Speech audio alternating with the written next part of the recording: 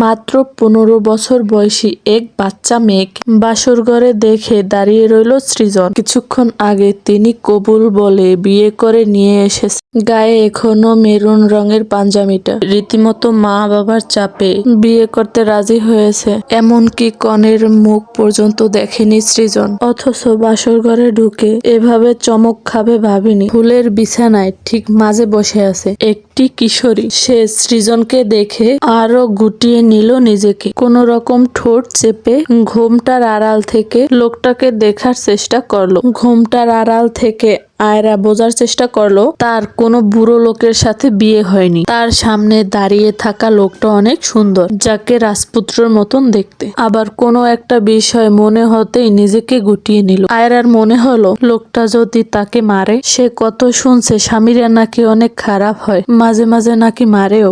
এই ভেবে তার অনেক কান্না পেল।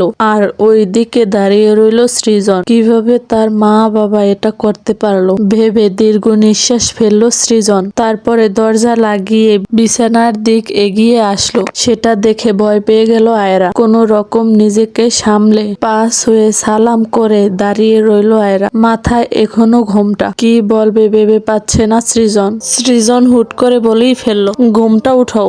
গুরুজনেরা সবসময় বলে স্বামীর কথা শুনতে হয়। আয়রা তাই করলো, ঘোমটা তুলে ফেললো। আয়রার মায়াবী মুখখানা দেখে শীতল হয়ে আসলো সৃজনের চোখ জোড়া। নিজেকে সামলিয়ে আয়রার দিকে তাকিয়ে রইল। একটু কাশি দিয়ে সৃজন জিজ্ঞেস করলো, তোমার নাম কি? আয়রা মিনমিন করে বলল, আয়রা। সৃজন ঠোঁট ভিজিয়ে আবার বলল, সোফায় ঘুমাতে পারবে? আয়রা মাথা নাড়িয়ে বলল, পারবো। সৃজন বালিশ দিয়ে বলল, যাও ঘুমিয়ে পড়ো। আয়রা গ্রামের মেয়ে। তার জন্মের সময় তার মা মারা যায়। তখন আয়রার বাবা আবার বিয়ে করে। এগুলো ভেবে চোখ থেকে পানি চলে আসে আয়রার।